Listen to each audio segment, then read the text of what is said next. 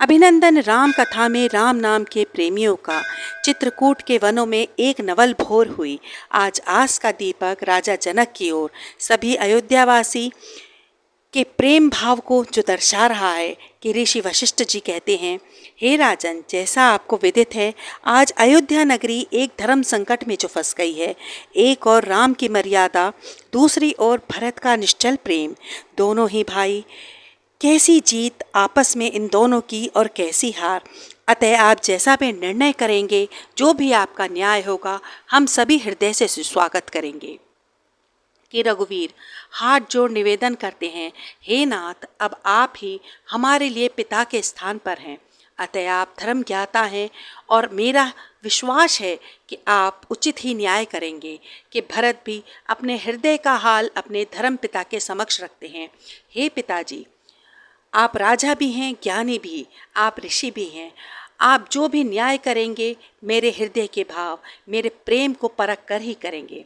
अतः मैं स्वयं को आपकी आज्ञा के अधीन जो करता हूँ। कि राजा जनक अपने वचन सुनाते हैं, हे राम, हे भरत, तुम दोनों भाइयों में महान कौन है?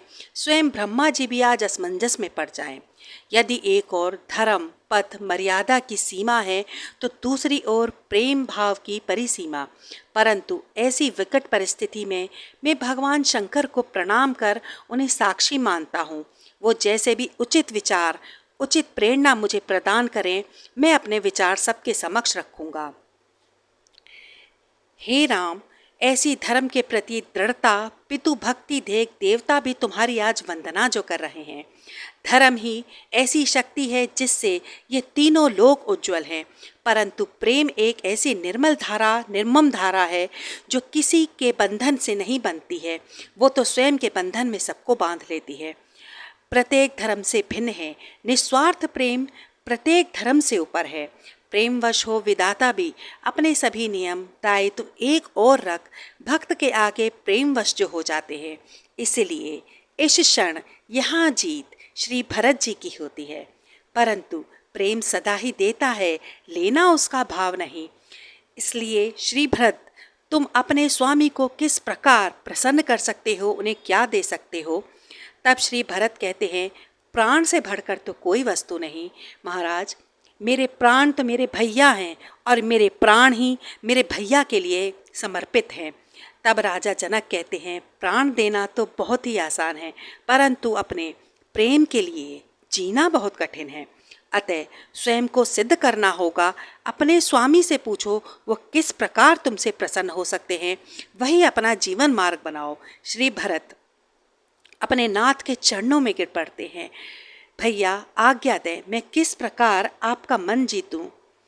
तब श्री राम, मेरे भैया, मेरे भरत, मैं तुम्हारे प्रेम के आगे हार मानता हूँ। इसलिए जो राज्य तुम मुझे देना चाहते हो, मैं स्वीकार करता हूँ। परंतु हमारे स्वर्गवासी पिताजी हमें परलोक से देख रहे होंगे। बस 14 बरस की ही तो बात है मेरे भैया, मेरे भरत, बस 14 बरस की तो अवधि है। तुम किसी भी तरह ये अवधि काट लो। मैं वनों से लौटकर जब आऊँगा, अपना राज्य तुमसे अवश्य ही ले लूँगा। श्री भरत भाव विभोर हो अपने भैया से कहते हैं और खड़े खड़े ही वो बिक जाते हैं, बड़े निर्मोही हो भैया। परंतु आप भी ये जान लें, आपको ये स्मरण रहे, बस 14 बरस, बस 14 ही बरस मैं आपका इंतज़ार करूँगा। यदि एक भी पल ज़्यादा हुआ तो भरत की चिता पर आपको आना होगा।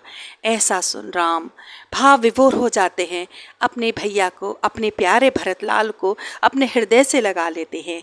एक और त्यागी भरत, दूसरी ओर बलिदानी राम।